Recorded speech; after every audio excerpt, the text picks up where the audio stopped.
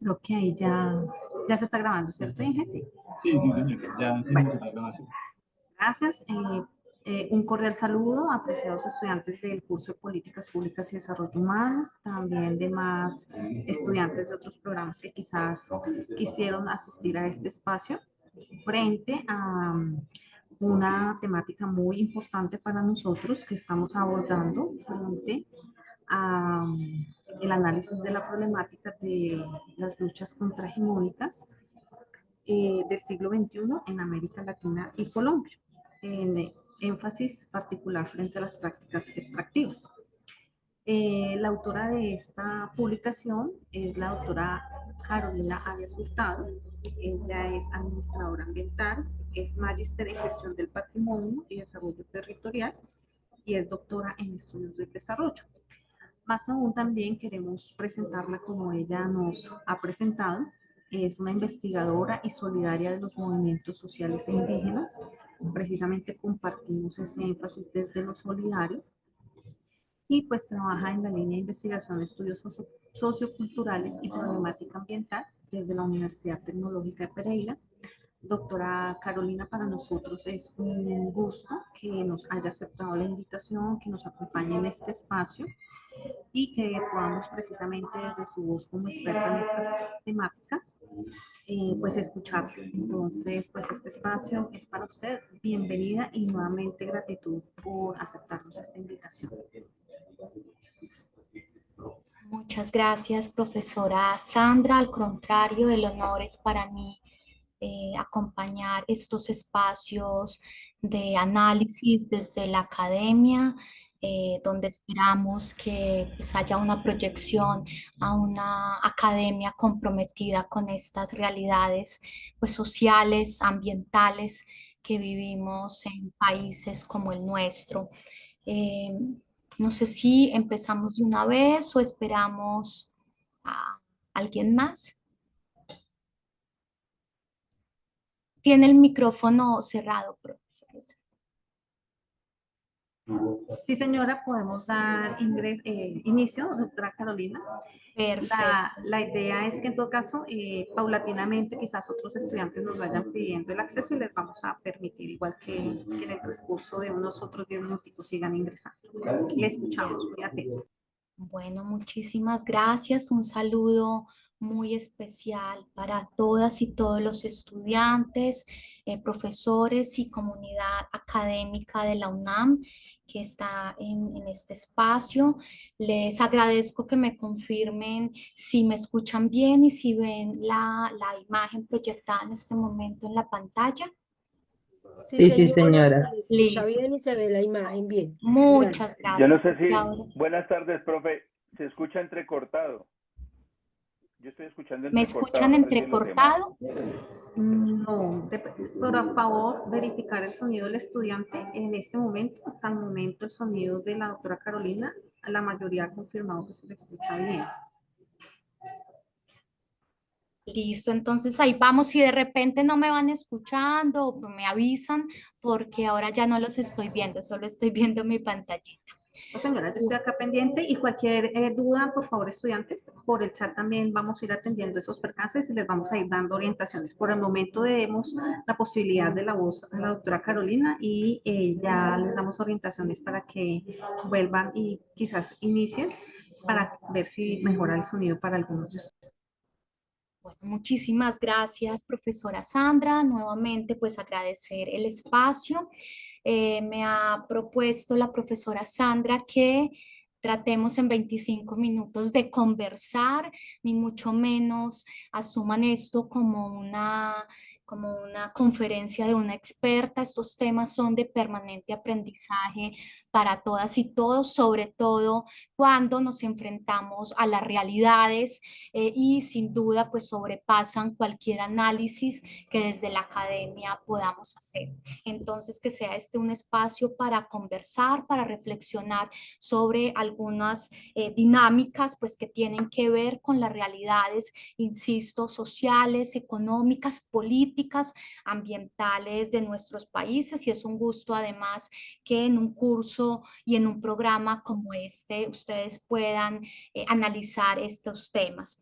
Hemos solicitado, sugerido a la profesora Sandra que pudiéramos conversar a partir de este tema, de este título de la conferencia o de este encuentro denominado Extractivismo del siglo XXI, y esto va a ser particularmente, digamos, importante en la reflexión porque vamos a hablar de extractivismo del siglo XXI y procesos de resistencia sociales a partir de algunos casos de América Latina y particularmente de Colombia. Bueno, quisiera proponer para esta conversa que tuviéramos pues algunos elementos a partir de contextualizar la importancia de este tema para las dinámicas contemporáneas. Un poco nuestro argumento de por qué hablamos de extractivismos del siglo XXI y una aproximación a las resistencias en el contexto de esos extractivismos del siglo XXI, y ojalá podamos tener un espacio pues de preguntas y reflexiones. Yo trataré de ir pues un poco de manera general por los temas, espero que se susciten algunas reflexiones, algunas preguntas para no excederme en el tiempo porque suelo a veces desfasarme, entonces por favor ustedes me van controlando.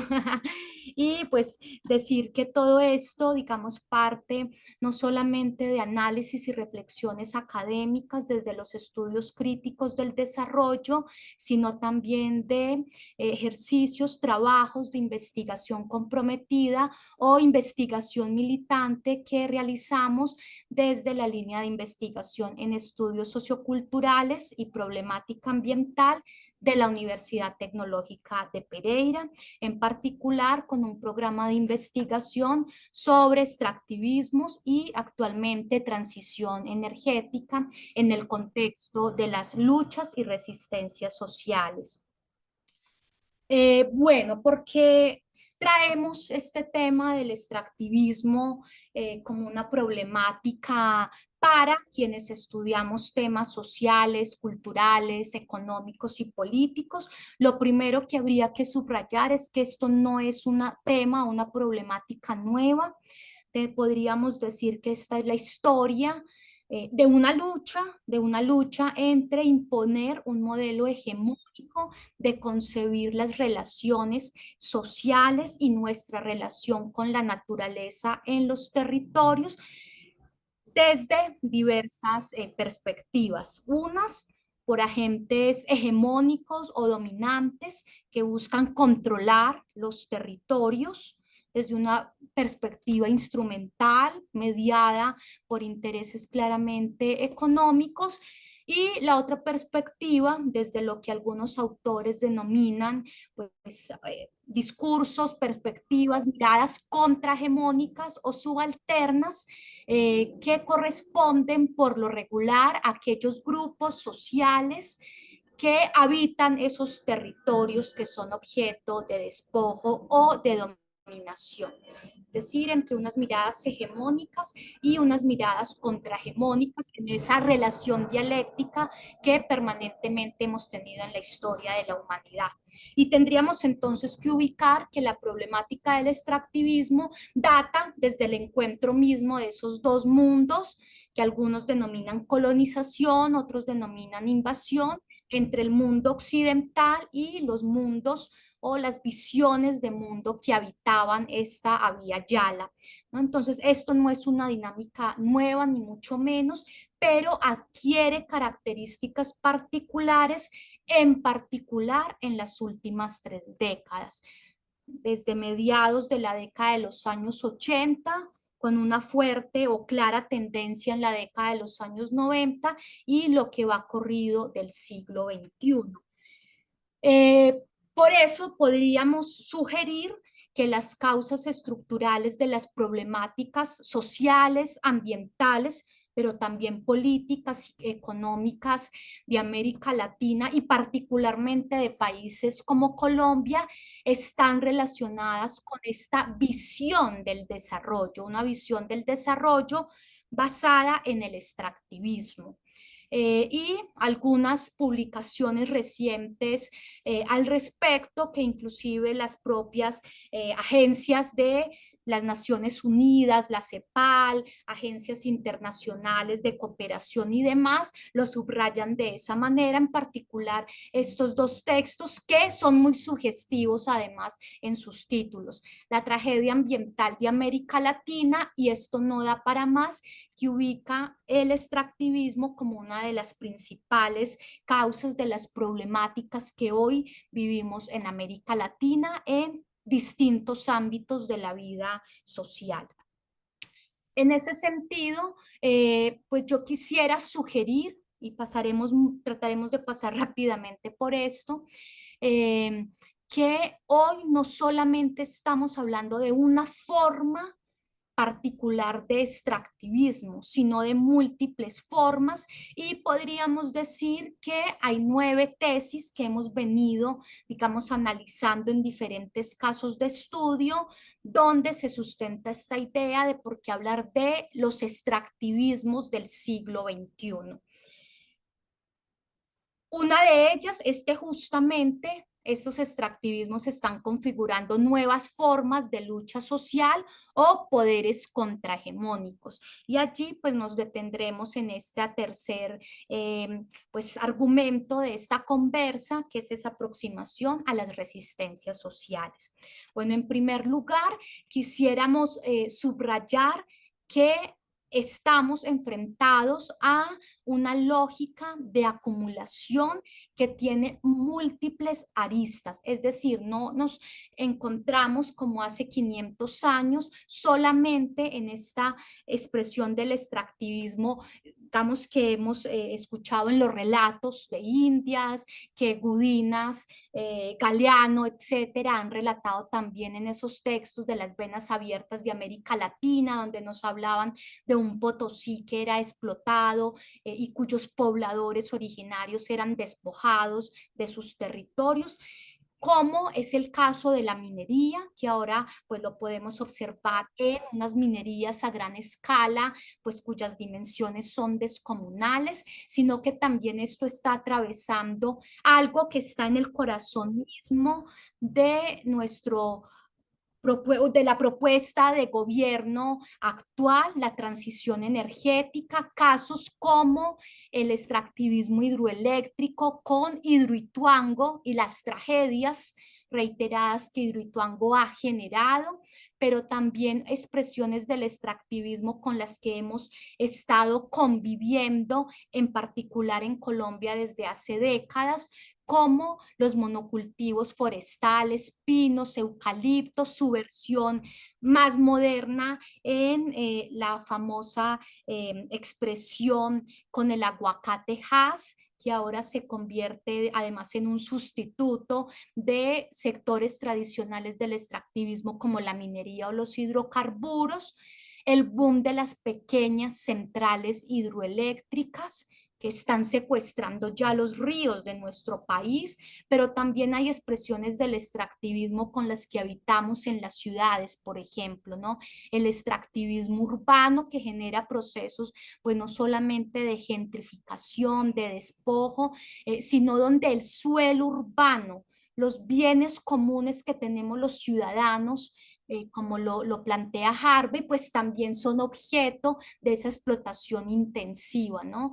Y bueno, estamos viviendo eso, ustedes lo están viviendo ahorita en Bogotá con toda pues la contradicción o controversia que hay en torno a la figura que ha sugerido el Ministerio de Ambiente para conservar el suelo y aguas, bienes comunes de los bogotanos y de la sabana de Bogotá, frente a toda la presión del gremio inmobiliario por seguir urbanizando esas áreas sensibles para la conservación de la vida.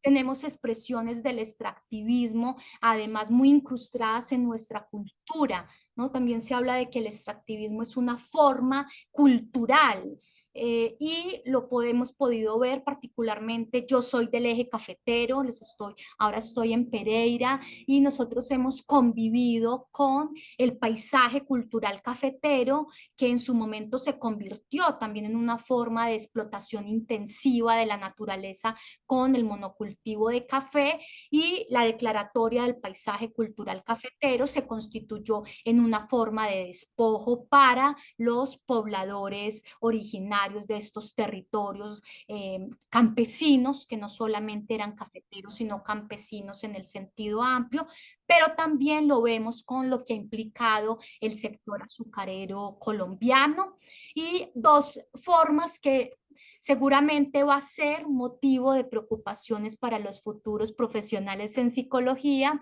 y es lo que va a representar la transición energética, como otras formas de extractivismo contemporáneo que además pues se legitiman políticamente en la necesidad de transitar de unos modelos basados en la explotación tradicional de la naturaleza, grandes minas, generación de emisiones de CO2, calentamiento global, crisis climática, etcétera, con otras formas que ya están constituyendo pues graves problemas similares a los que el extractivismo tradicional ha generado. El caso más evidente es en La Guajira, o lo que ahora está representando el turismo como otra forma de extractivismo basado no solamente en la explotación de la naturaleza, sino también de la cultura. Entonces, cómo se constituyen paisajes culturales, patrimonios de la humanidad, mientras a los pobladores locales pues se les despoja de sus medios tradicionales de vida.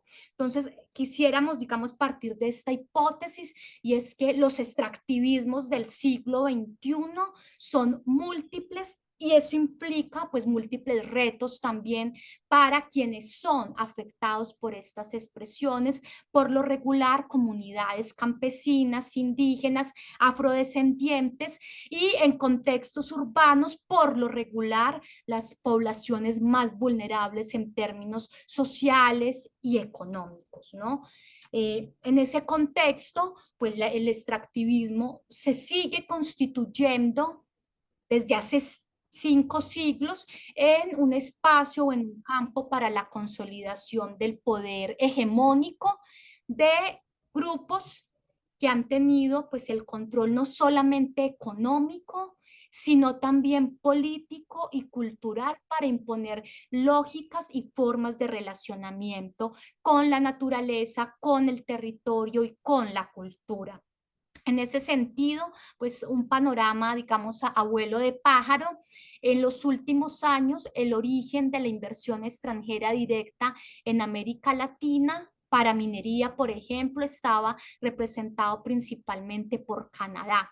Y lo que empezamos a ver en América Latina era la presencia de compañías canadienses en el sector minero, controlando nuestros territorios. Y eso pues aunado con estrategias de control territorial, muchas veces militar, que ahora con esta nueva versión de Trump pues vamos a ver cada vez más evidente, ya digamos abiertamente, pues se manifiesta lo que se espera hacer con territorios que tienen patrimonios naturales o culturales para interés de estos grupos hegemónicos, representados en corporaciones transnacionales, en los estados centrales desde donde proceden, en alianza con élites políticas y económicas, en este caso, pues de nuestros países. En Colombia es muy evidente este tipo de relaciones o contubernios. Y en ese contexto, esta es una imagen del año 2013, y yo solamente para un poco ejemplificar este poder hegemónico, cómo se traduce. Recordemos, año 2013, presidente de la República Juan Manuel Santos, con las famosas locomotoras. La locomotora mineroenergética iba a jalonar el desarrollo de Colombia, incluyendo los acuerdos de paz, sentado con el sector de la minería a gran escala, dando cuenta de cómo se iban a entregar territorios de Colombia para la minería a gran escala en Colombia y representado por agencias canadienses particularmente. En este caso, este es el escenario, diríamos el espacio social de las relaciones de subordinación para el caso de un municipio, Marmato Caldas, en el departamento de Caldas, pues que ahora está básicamente concesionada a una transnacional minera y 5 siglos de historia han quedado reducidos a estas relaciones de poder. El secretario de planeación de Marmato, a la derecha, simplemente como espectador de la toma de decisiones que se da sobre su territorio, mientras se celebra la entrega del territorio a corporaciones transnacionales mediados por el poder de estas élites políticas y económicas que han representado los santos en este país. Y ahora tendríamos que decir que este poder hegemónico está representado en el contexto de la transición energética por las transnacionales que han pertenecido a el sector de hidrocarburos y ahora están también incursionando en el sector de las energías, entre comillas, renovables o limpias, con un papel estratégico de Norteamérica, la Unión Europea y de China, y con un particular papel que están jugando los fondos de inversión como BlackRock, que ustedes si buscan BlackRock y cómo tiene tentáculos prácticamente en todos los ámbitos de la vida social, económica, pues están financiándolo ahora todo, incluyendo la transición energética a partir de sus relaciones con las transnacionales del sector extractivo y pues el caso de Enel en Colombia es particularmente ilustrativo.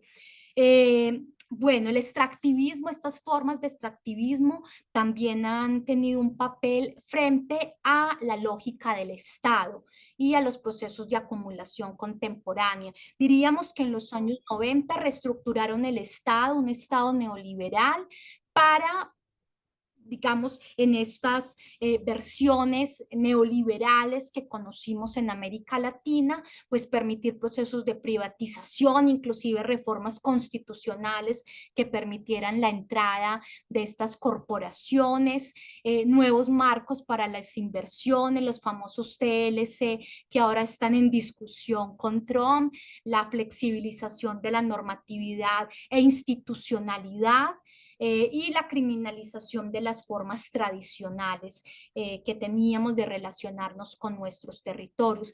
Pero también parece que estos progresismos del siglo XXI hemos quedado atrapados en estas formas de extractivismo. Recordemos los progresismos que representaron presidentes como Rafael Correa, el propio Lugo en Paraguay, entre otros, atrapados en estas formas de extractivismo, Evo Morales en Bolivia, que para poder dar garantías para los programas sociales que estaba implementando, donde logró sacar a la pobreza de manera pues real a la población boliviana, pues tuvo que someter a su país a estas formas de extractivismo. Y tenemos la hipótesis de que los progresismos que están presentes hoy en Colombia están quedando atrapados en estas otras formas de extractivismo asociados a la transición energética corporativa, muy a nuestro pesar además, ¿no? Entonces podríamos tener ahí una hipótesis que en ambos casos hay una captura corporativa de los estados, independientemente de las lógicas o de las visiones políticas que se tienen. Y aunque en el centro esté, por supuesto, las políticas sociales, como es el caso de los progresismos en América Latina. En todo caso, pues estos extractivismos se están convirtiendo nuestros patrimonios naturales, pero también culturales, en commodities o mercancías en una lógica pues geopolítica y geoeconómica que nos llevó a convertirnos en países o a reprimarizar nuestras economías, es decir, a depender de sectores primarios de las economías para poder relacionarnos con el mundo, ¿no? Hasta llegar a realidades insólitas, como un país como Colombia, donde la agricultura, el campo jugaba un papel estratégico, pues llegó a depender más del 70% de la explotación intensiva de la naturaleza en sus relaciones y comerciales internacionales. Sin embargo, con una participación en el Producto Interno Bruto, es decir, en la generación de riqueza real para nuestro país, pues pírrica, ¿no? Aquí encontramos, por ejemplo, para el 2005-2019, solo el 4%, pese a que el petróleo representó casi el 46% de las exportaciones, solamente representó en términos del Producto Interno Bruto el 4%, ¿no? Entonces esto es muy importante, digamos, en estas discusiones de qué tan generador de riqueza realmente es un modelo como esto.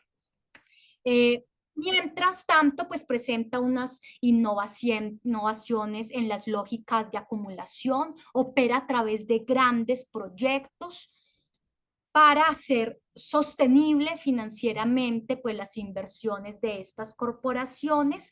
Sin embargo, es intensivo en capital, pero no en mano de obra, que es un problema estructural de Colombia, un problema social y económico estructural.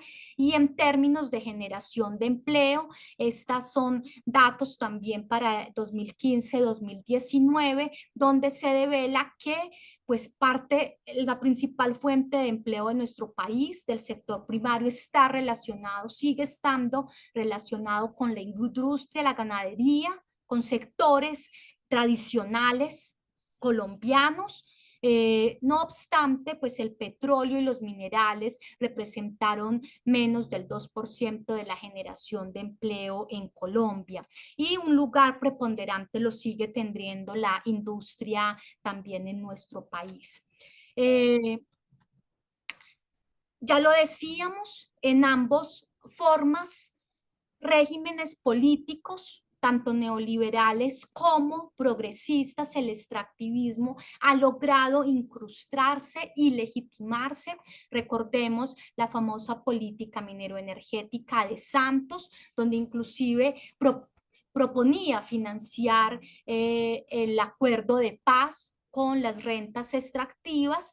No obstante, y a pesar y muy a nuestro pesar, pues parece que también el progresismo actual de Colombia quedó atrapado en estas otras formas en que el extractivismo se está expresando, en este caso con la transición energética. Recordamos a la muy famosa, además colega, también profesora Irene Vélez, ministra de Minas, proponiendo toda una agenda de transición energética justa con las comunidades. Sin embargo, para financiar esa transición energética justa, pues no había otra forma, o parece que el gobierno no ha encontrado otra forma que acudir pues a estos agentes hegemónicos que están controlando la transición energética, el Banco Mundial, el BID, el Banco Europeo de Inversiones. Y lo que entonces empezamos a evidenciar, pese al discurso que compartimos plenamente, es que pues la transición energética en Colombia queda atrapada en estas lógicas del extractivismo, donde la explotación intensiva de la naturaleza y de la cultura sigue estando en el corazón de la forma de relacionarse. Ahora ya no solamente de sectores tradicionales, insisto, petróleo, gas, carbón, sino que ahora los ríos, el aire, el agua y hasta los residuos, las basuras, se convierten en una mercancía en estas lógicas de acumulación muy a nuestro pesar. Y lo que vemos es que tanto La Guajira con el Cerrejón, extractivismo tradicional, como La Guajira con la transición energética, pues sigue teniendo a las mismas víctimas y son las comunidades locales que no logran ser tenidas pues en cuenta de manera real, más allá de pues lógicas discursivas que justifican pues algo que todos queremos, y es transitar de unas economías depredadoras, unas economías pues de la muerte que están destruyendo los territorios, a economías para la vida, como se promete. No obstante, pues la geopolítica, la geoeconomía real parece que no logra que podamos salir de este círculo vicioso donde pues son los territorios sagrados, en el caso de La Guajira, pues donde se tienen que incrustar estos nuevos proyectos para generar la energía que necesitamos además todos, ¿no? Para comunicarnos ahora mismo necesitamos estas energías, y esa es la gran problemática, digamos que, y por eso cada vez el extractivismo se constituye en una problemática pues mucho más contemporánea, mucho más presente, mucho más determinante de la vida y de cualquier posibilidad de cambio, de transformación. Bueno, casos en el eje cafetero, territorios declarados zonas más afectados por el conflicto. Una vez logra, digamos, se firma el acuerdo de paz, lo que encontramos es que estos territorios empiezan a ser concesionados para proyectos extractivos de minería, de extractivismo tradicional en el caso de la minería, y de extractivismo de la transición energética en el caso de las pequeñas centrales hidroeléctricas, y quedan las comunidades nuevamente, digamos, en este contexto.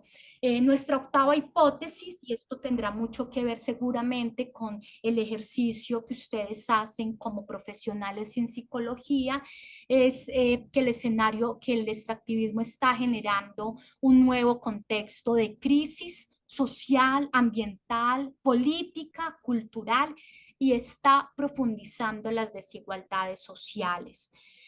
Ayer conocíamos la triste noticia de uno de los líderes del municipio de Segovia, Antioquia, que había resistido a la minera, a la transnacional que está acaparando el territorio. Además, un militante del pacto histórico que fue asesinado por ejercer la defensa de los derechos ambientales y sociales en su territorio.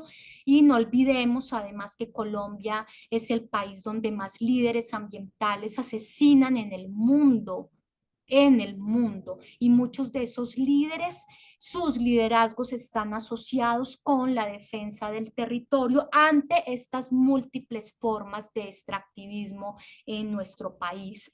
Pero también lo decíamos, el extractivismo está generando un nuevo contexto para procesos de resistencia. También es importante advertir, no en todos los territorios, ustedes que son pues de las áreas sociales y humanas seguramente tendrán mucho más elementos para este tipo de análisis. No en todos los territorios hay posibilidades de resistencia, de conformar procesos organizativos para resistir por múltiples razones históricas, sociales, económicas, por condiciones materiales de vida, por condiciones culturales de relacionamiento con el territorio. Lo que sí es cierto es que el extractivismo ha sido un detonador para generar procesos de resistencia en América Latina y de manera particular en Colombia. Casos emblemáticos en América Latina, todo el proceso de los zapatistas en el sur de México, que justamente se conforma un proceso de liberación del territorio frente a estas lógicas de despojo que estaban imprimiendo los megaproyectos. Un papel muy destacado de las mujeres en esta última ola de procesos organizativos para resistir en los territorios. En el caso de Colombia fue paradigmático lo que representó la primera década del siglo XXI XXI, durante el gobierno de Álvaro Uribe Vélez, pues que en términos sociales todos sabemos lo que ha implicado para este país. No obstante, pues las luchas sociales en el país, particularmente asociadas a la explotación de petróleo, carbón y oro, crecieron de manera exponencial, porque fue esa además la época donde se dio una avanzada sobre nuestros territorios, sobre nuestros derechos sociales, culturales, políticos y ambientales, donde más concesiones en diferentes sectores extractivos se dieran, y eso pues detonó no solamente una resistencia por parte de las comunidades rurales afectadas, sino también por el mundo obrero, por pobladores urbanos, y hubo múltiples motivos de esas resistencias. Muchos tenían que ver con derechos de las comunidades, pero también tenían que ver con derechos ambientales, con incumplimiento de pactos, con procesos de solidaridad que fueron muy importantes para alianzas que se han venido tejiendo entre las comunidades afectadas y otros sectores, en particular en Colombia. Resultaba muy paradigmático en el contexto de América Latina las alianzas que se daban entre trabajadores de las industrias extractivas o de las empresas extractivas con las comunidades afectadas, entendiendo, digamos, que en ambos casos se estaba afectando la vida misma, ¿no? Entonces hay una coalición de movimientos y organizaciones sociales de Colombia que están defendiendo los territorios, los ríos, un papel muy destacado, insisto, de las mujeres, pero también de los pueblos indígenas, de movimientos campesinos. En esta imagen vemos a dos de las lideresas sociales del movimiento Ríos Vivos, que resiste a este gran monstruo que representa Hidroituango, gran monstruo en todo el sentido, el poder hegemónico de Colombia representado allí en ese territorio, EPM, el grupo empresarial antioqueño, todo el poder político de expresidentes como Álvaro Uribe Vélez, de figuras como Sergio Fajardo, entre otros, que permitieron que un megaproyecto como Hidroituango fuera posible, acabando con las formas de vida de múltiples comunidades, pero además con uno de los ríos más importantes del país, como es el río Cauca, y compañeros del movimiento indígena del suroccidente de Colombia, el pueblo Misak, que ha sido uno de los más importantes referentes en la liberación de territorios, en la defensa de la madre tierra frente a Smurfing-Kappa, Cartón Colombia, esta gran transnacional papelera, pues que ha invadido las tierras, buena parte del Cauca, Valle del Cauca, eje cafetero y demás. Pero también se empezaron a dar, y ya voy finalizando, profe Sandra, creo que ya me excedí del tiempo, se dieron, digamos, procesos muy particulares, y aquí pues por eso me agrada y agradezco además la invitación a estos espacios de la academia, porque se tejieron también procesos, se han tejido procesos muy importantes de alianzas entre la academia, instituciones del Estado o representantes de instituciones del Estado, aún en nuestros peores tiempos. Durante la locomotora mineroenergética teníamos a una contralora como Sandra Morelli, que contrató a un grupo de académicos y de expertos para analizar, digamos, de manera objetiva cómo era ese contexto de la minería en Colombia, ¿no? Y esto permitió ejercer procesos de defensa del territorio en el caso de municipios mineros como Marmato, comunidades afectadas por el Cerrejón, comunidades afectadas por la Salvajina, entre otros. El papel que aún en esa época de la locomotora energética tuvo la Corte Constitucional de Colombia, obrando en sintonía con la defensa de los derechos sociales, ambientales y políticos de los colombianos, y permitió proteger ecosistemas como el páramo de Santurbán, que en ese momento sería una mina a cielo abierta, permitió proteger ríos, permitió proteger ecosistemas y territorios estratégicos, no solamente para comunidades de especial protección como los pueblos indígenas y afrodescendientes, sino también para todos los colombianos, ¿no? Entonces, ahí, digamos, esas alianzas fundamentales entre la academia, los investigadores, el conocimiento real, objetivo sobre las problemáticas que genera el extractivismo y la toma de decisiones por parte de funcionarios que han salvaguardado derechos ambientales, sociales y derechos humanos sobre todos, ¿no? En este horizonte, entonces, pues se resitúa, ya para finalizar, la importancia del territorio, de lo común en sus múltiples escalas, ¿no? En estos procesos de apropiación y defensa.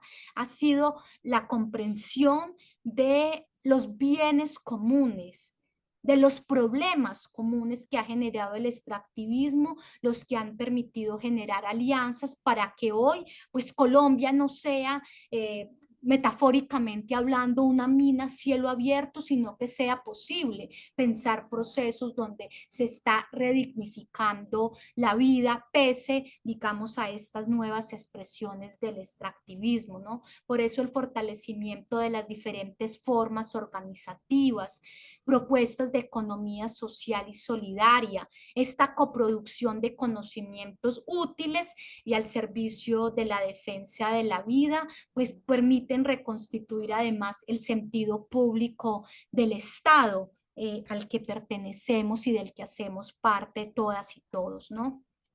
Y pues para pasar, digamos, al escenario de sus reflexiones y de sus preguntas en caso de que las haya, pues solo terminaría con esta frase, que es una frase que están teniendo los movimientos sociales en el año 2025, podríamos decirlo así.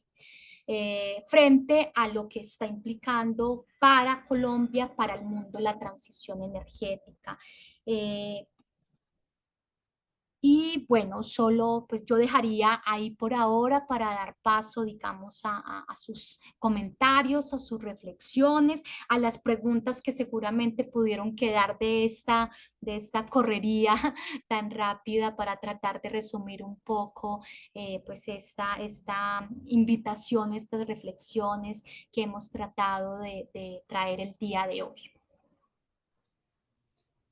Bueno, no, doctora Carolina, para nosotros, precisamente como usted lo ha señalado desde las ciencias sociales, pues reafirmar, yo creo que esa es la invitación que yo hago como docente también desde este curso, las posibilidades que pueden seguirse tejiendo en torno a ser solidario. Creo que su merced le apuesta muy bien cuando nosotros comprendemos que a futuro también nos vamos a ver afectados, que tenemos que pensar en aquellos que están teniendo estas serias situaciones que van en contra de sus derechos humanos.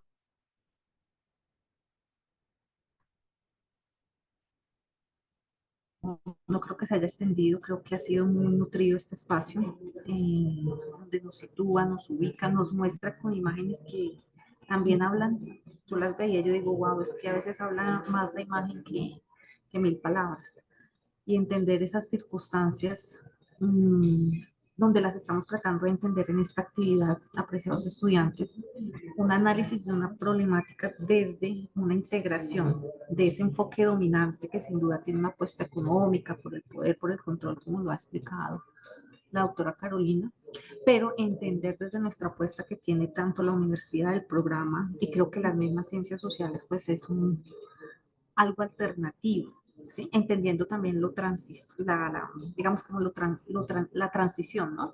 Hay que entenderlo así, no como en oposición, siempre hemos querido que lo tengan muy en cuenta, porque vivimos, y eso lo hemos resaltado, entre un modelo y otro modelo, no es que haya oposición, sí hay unas apuestas diferentes entre cada uno, pero no queremos que lo veamos como oposición en el sentido de reforzar las polarizaciones, sino de entender un recorrido, ¿cierto? que ha tenido esa otra apuesta hegemónica, dominante, y cuáles pueden ser esas otras posibilidades que podemos seguir construyendo. Importante, y yo lo resalto mucho también en ese cierre que su merced hace, cómo es de valioso esas alianzas entre la academia, algunos, bueno, no deberían ser algunos, sino que debería ser un sector decidido políticamente a apostarle también por esta protección y defensa de los territorios, de las creencias, de las dinámicas que sustentan la vida misma. Es que no estamos hablando solamente de un dilema o un conflicto allí entre acciones económicas y la vida, sino que la vida es lo que debe primar. Entonces, pues esa es para nosotros un contexto en mí valiosísimo escucharla, su merced. La leía, la busqué, veía sus otras investigaciones y yo digo, qué bonito cuando su merced dijo un gusto. Y es coherente y le agradezco. Y esperamos este espacio para los estudiantes pues también sea de esa reflexión, de esa construcción de esto posible, de entender las organizaciones, lo solidario en torno a seguirnos uniendo, ¿sí? Y de seguir contribuyendo y sumando. Tenemos allí unos retos, como Marcelo planteaba, así como hay esas circunstancias o múltiples formas que nos afectan, pues también pueden haber múltiples formas para asumirlas. Entonces, pues cada uno tendrá que reflexionarlo, decidirlo, comprender. Por eso yo también creo que insistimos de forma coherente en que debemos ser solidarios, debemos trabajar desde lo colaborativo, debemos tener esa identidad cultural y con nuestros territorios. Entonces, de mi parte, importante todo lo que su merced nos ha señalado. Tenemos acá una manito levantada de un estudiante, Ricardo.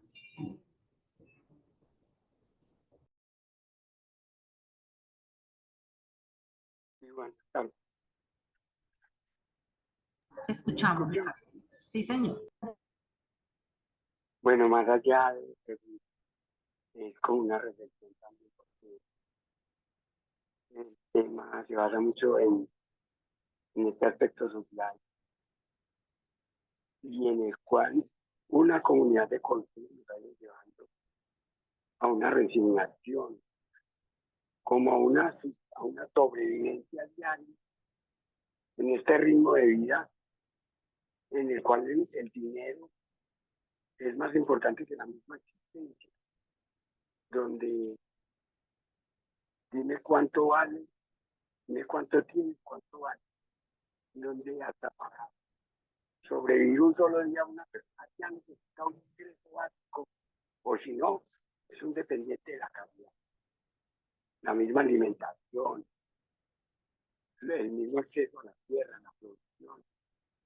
Todo se ha vuelto una exigencia social de este mundo en el cual el interés material y la vivencia de un mundo de placer y de gustos materiales se ha vuelto primordial.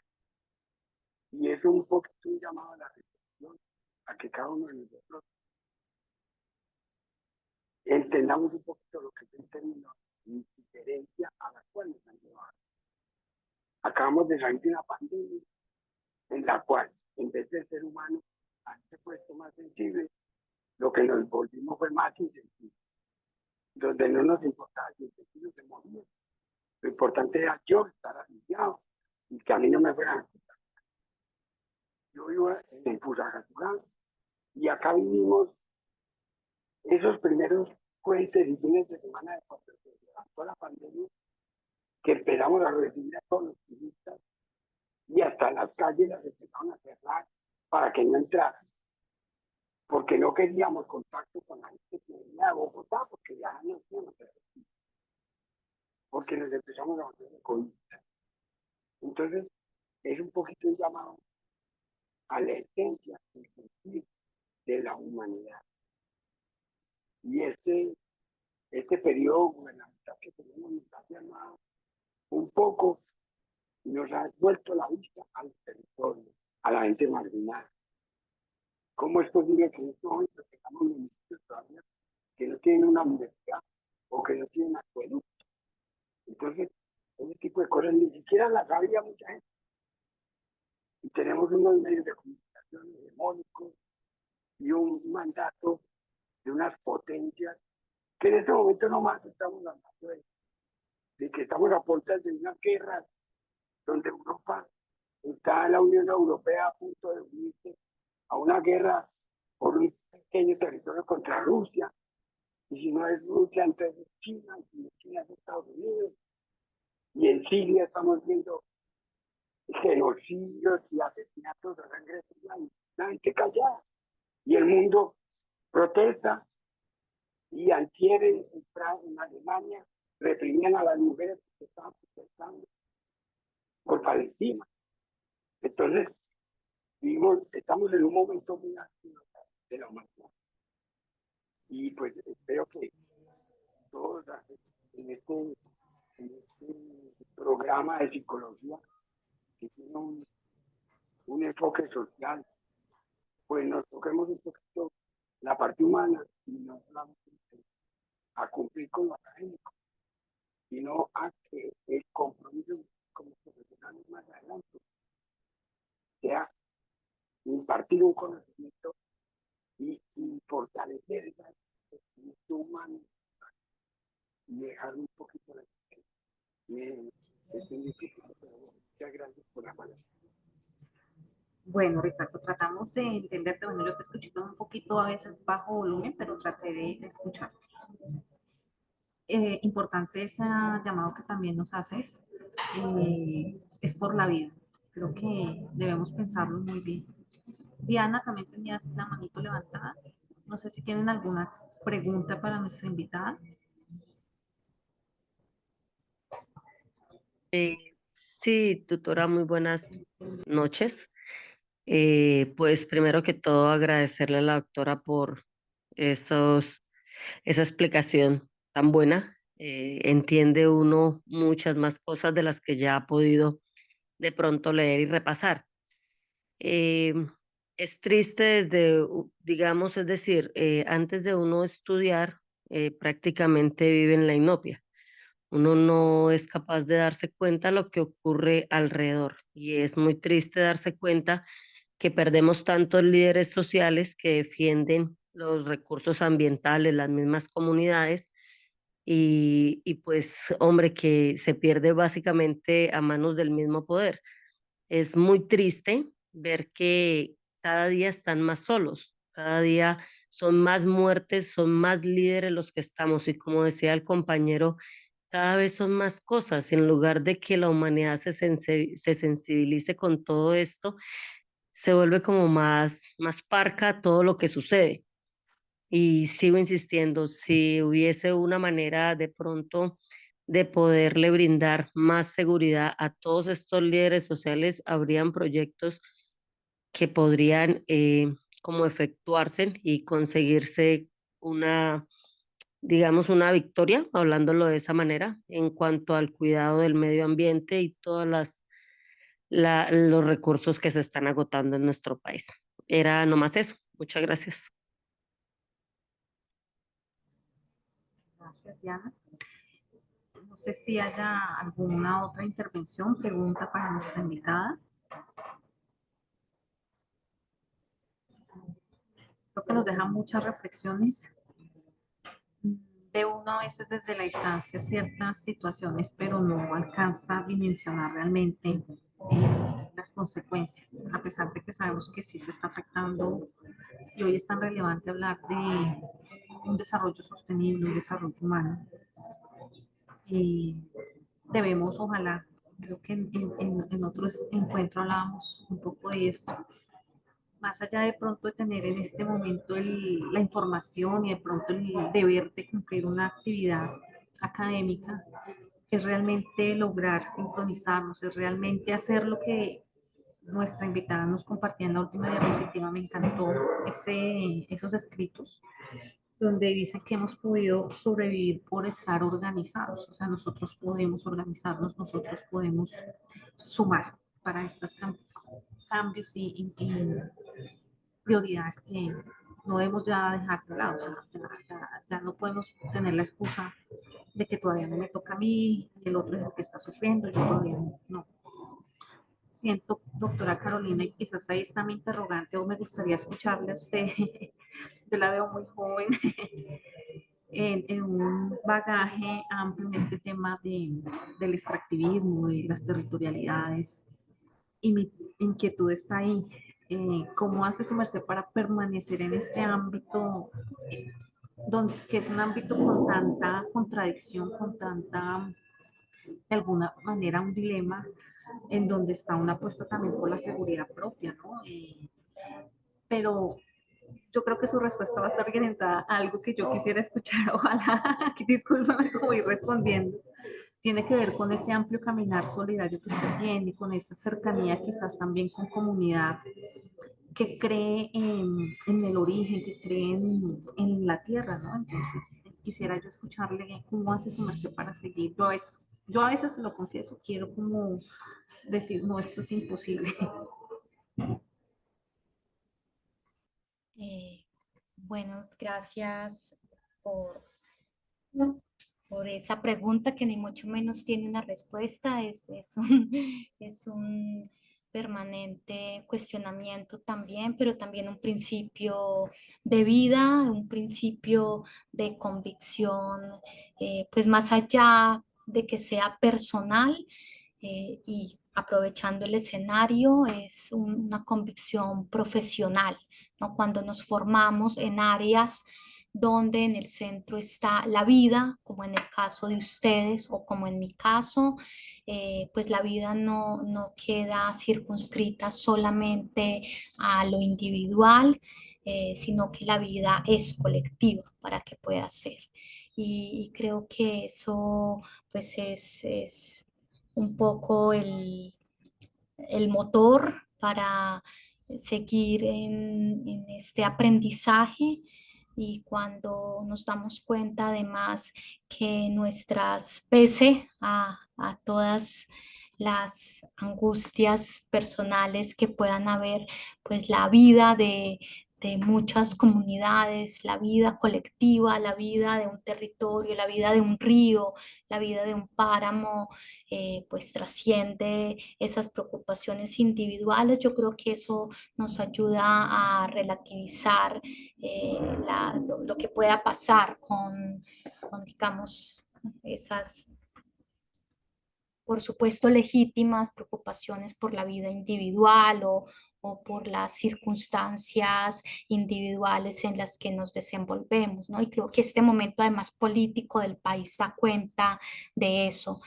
Si no hay un compromiso más allá del beneficio individual con cómo construir colectivamente, cómo poner en el centro lo común, el bienestar colectivo, pues no va a poder ser posible un cambio, ¿no? Una transformación, una transición.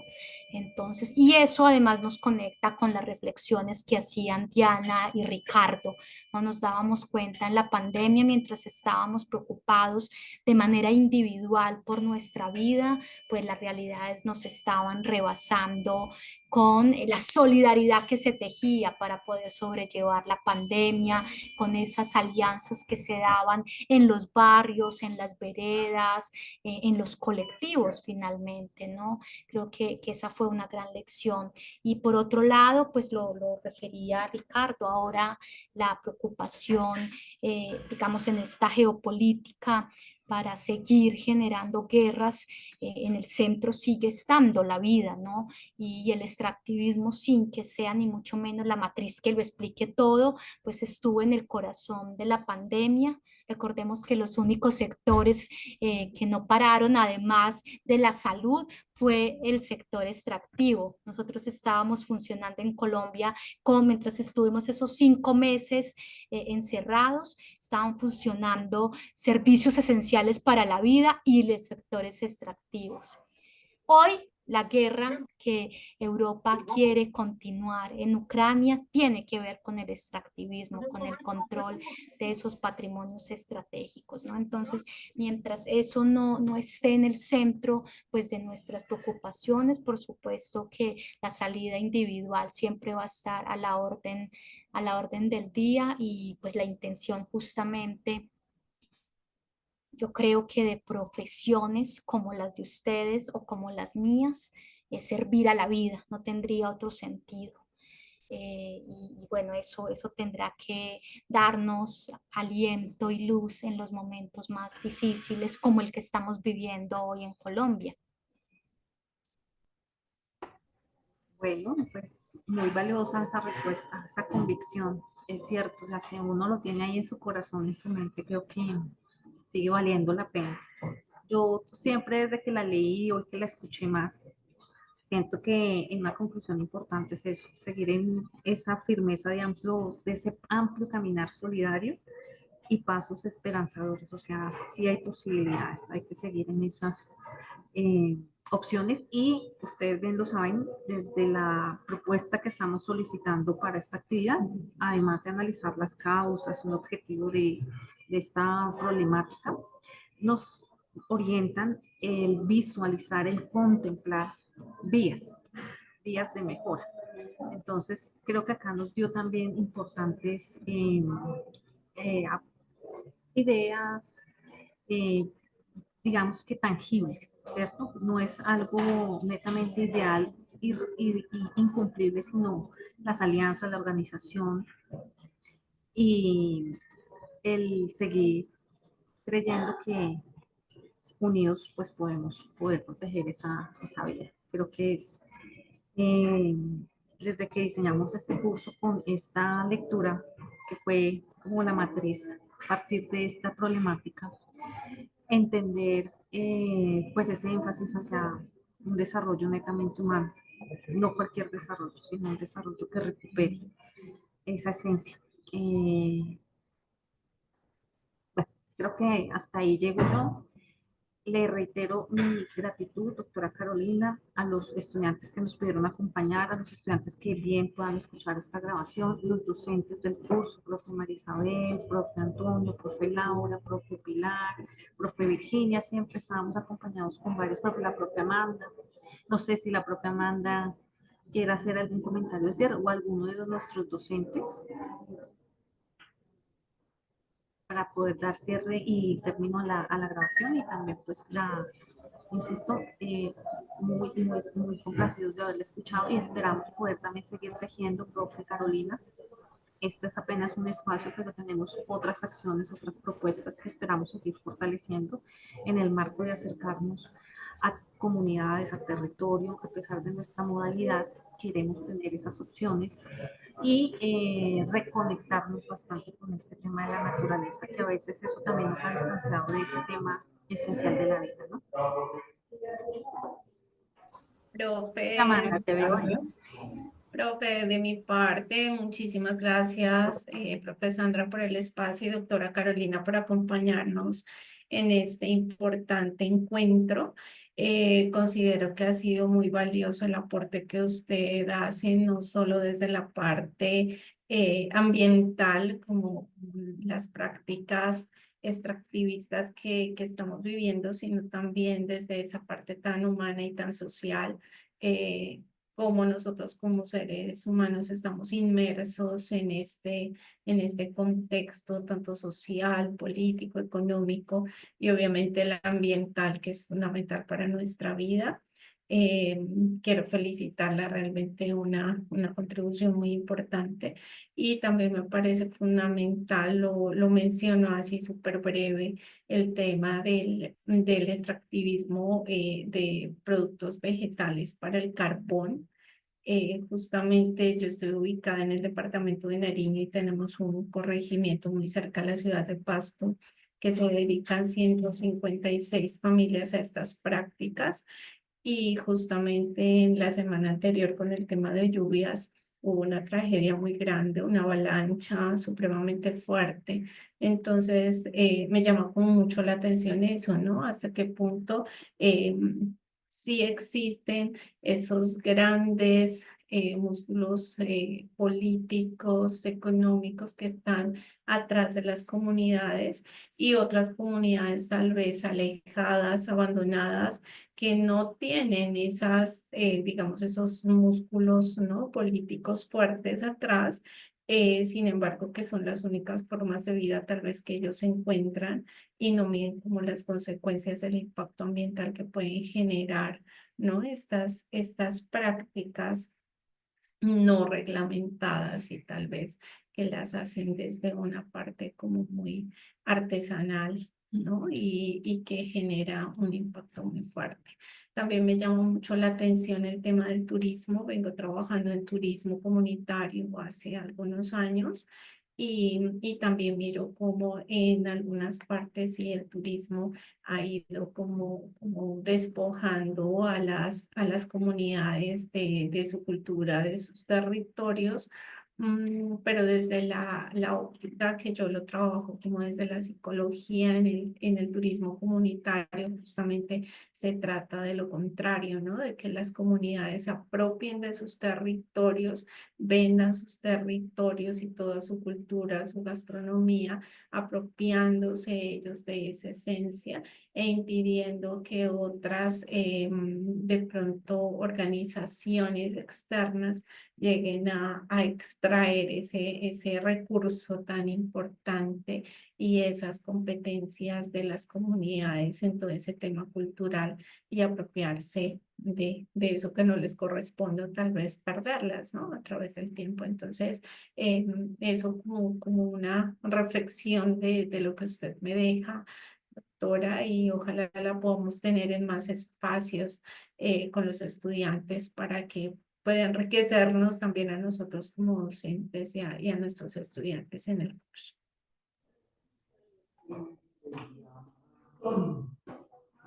Bueno, entonces de nuevo muchas gracias y espero que esto nos aporte mucho para la actividad, pero también nos aporte en esencia para los caminos que nos quedan precisamente y contribuir a estas apuestas importantes para el desarrollo, insisto, desde esa perspectiva humana, desde esta perspectiva de futuro, ¿no? Porque es que esto también tiene que ver bastante con las generaciones que vienen en camino. Doctora Carolina, un fuerte abrazo, muchísimas gracias. Muchas gracias a ustedes, un abrazo y bueno, esperamos seguir tejiendo estas juntanzas desde la academia y los ejercicios pues comprometidos con la vida. Que tengan una buena tarde y nuevamente gracias por la invitación. A su merced, mil gracias. Buena tarde. Chao. Los estudiantes, buenas tardes. Buenas tardes. Chao. Muchas gracias. Muchas Muchas gracias. gracias.